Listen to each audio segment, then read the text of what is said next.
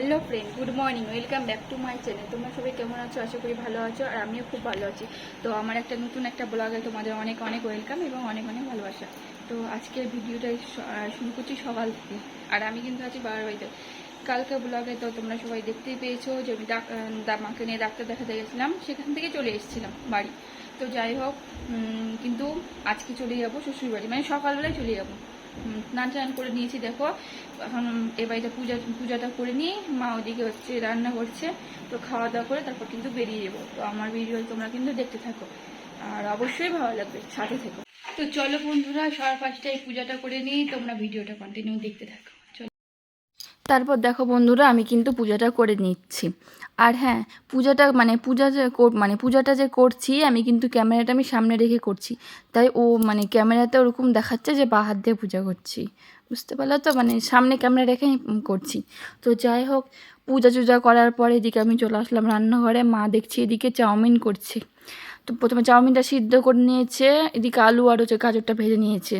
তারপর দেখো চাউমিনটা কিন্তু রেডি, আর খুব কম তেলেই কিন্তু চাউমিন করছে। আর বিশ্বাস করো, চাউমিনটা এত সুন্দর হয়েছিল, খুব টেস্টি। আর এদিকে দেখো লুকিয়ে আমি ভাইকে একটু তুলে নিয়েছি। তারপর দেখো আমিও কিন্তু খেয়ে নিয়েছি। তারপর খাওয়াটা হয়ে গেলে কিন্তু তারপর অলরেডি আমি বাড়ি থেকে বেরিয়ে পড়লাম। তো দেখতেই পাচ্ছ, আর সকাল থেকে কিন্তু আমাদের এখানে খুব বৃষ্টি পড়ছে। বুঝতেই পারছো যে রাস্তাঘাট কিন্তু প্রচুর ভিজা, আর তোমাদের দাদাভাই স্ট্যান্ডে দাঁড়িয়ে থাকবে। তো যাই হোক, এই যে চলে এসেছি স্ট্যান্ডে, আর চলো এবার বাড়ি যাওয়া যাক। তারপর দেখো বাড়িতে এসেই আমি প্রথমে বেগুনটাকে নিয়ে, বেগুনের অবস্থা খুব খারাপ, কি বলবো, পোকা। আর আজকে নিয়ে এসেছি ইলিশ মাছ। তো আজকে ইলিশ সর্ষে বাটা করবো না, আজকে বেগুন দিয়েই করবো, লাস্টে সর্ষে দেবো। চলো রেসিপিটা বলে দিই। প্রথমে দেখো ইলিশ মাছটাকে একটু লবণ আর একটু হলুদ দিয়ে মাখিয়ে নিতে হবে, কারণ আমি কিন্তু কাঁচা মাছই করবো। হ্যাঁ, আমি কিন্তু মাছটা ভাজবো না। তোমরা কেমন করে ইলিশ রান্না করো সেটা কিন্তু অবশ্যই কমেন্ট করে বলো, কেমন?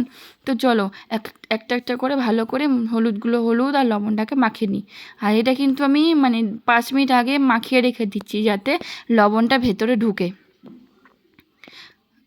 আর একটা মাথাও আছে, প্রথমে ভাবলাম মাথাটা রেখে দেবো, তারপর ভাবলাম না, রাখবো না, তো করেই নিব। তো যাই হোক, দেখো প্রথমে এরপর কড়াইয়ে তেল বসিয়ে দিয়েছি, আর একটু নুন আর একটু হলুদ দিয়ে দিচ্ছি। এবার বেগুনটা ভেজে নেব। আর বেগুনটা খুবই খারাপ, কোনো রকমে কেটে কুটে ওইটুকু অংশ রাখা গেছে। প্রচুর প্রচণ্ড পোকা বেগুনটাতে ভর্তি। তো চলো ভালো করে আগে বেগুনটা ভেজে নিই। আর ইলিশটা হচ্ছে বেগুন দিয়ে রান্না করলে কিন্তু খুবই সুন্দর হয়। তোমরা কি কেউ ইলিশের মধ্যে বেগুন দিয়ে খাও? সেটাও কিন্তু অবশ্যই কমেন্ট করে বলো, কেমন? তো দেখো বেগুনটা ভেজে উঠিয়ে নেওয়ার পর ওই তেলেই আমি দিয়ে দিচ্ছি কালো জিরা ফোড়ন আর হচ্ছে কাঁচা লঙ্কা। তোমরা যেরকম ঝাল খাও সেরকমভাবেই দিবে। তো কাঁচা লঙ্কা দেওয়ার পর ওর মধ্যে দিয়ে দেবো একটা হলুদ আর একটু লবণ দিয়ে দেবো, দিয়ে একটু কষিয়ে লঙ্কার গুঁড়ো দিয়ে একটু জল, তারপরে কষিয়ে জল দিয়ে দিলাম। আর জলটা দিবেন পরিমাণ মতো, ঠিক আছে?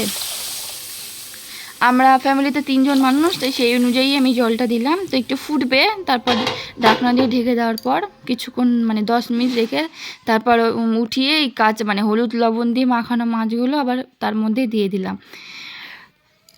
এটা কিন্তু কাঁচা মাছ, হ্যাঁ, তোমরা দেখেই বুঝতে পারছো আমি কিন্তু মাছটা ভাজিনি। তারপর মাছগুলো দেওয়ার পর কিন্তু আবার আমি ঢেকে দেব।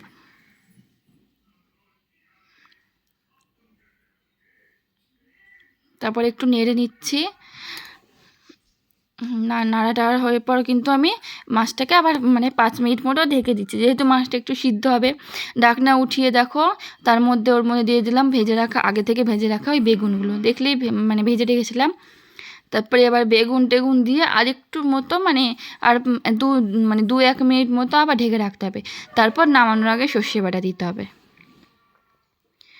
একটু বেগুন দিলাম, আর চেরা 3-4টা কাঁচা লঙ্কাও দিয়ে দিলাম।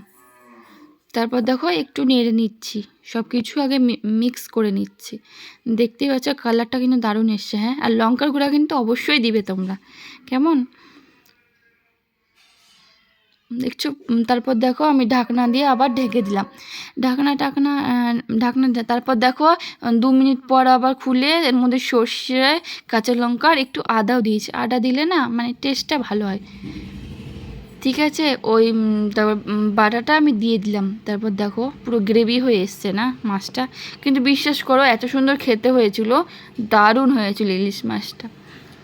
তারপর এটা কিন্তু আর 1 মিনিট ফুটিয়ে, বেশি ফুটাবো না, 1 মিনিট ফুটিয়ে তারপর নামিয়ে নেব।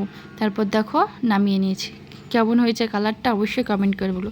তারপর যাই হোক দুপুরে খাওয়া দিয়ে খেতে বসে গেছি। এদিকে করেছিলাম ওল সিদ্ধ, আর হচ্ছে এই মাছটা করেছিলাম, আর হচ্ছে বরবটি আলু ভাজা। খুব সিম্পল মেনু রান্না করেছিলাম, তোমরা তো দেখলেই।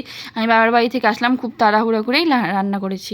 চলো আমরা খেয়ে নিই, ততক্ষণ তোমরা ভিডিও দেখতে থাকো। ভিডিওটা ভালো লাগলে অবশ্যই চ্যানেলটা সাবস্ক্রাইব করে দিও। টাটা।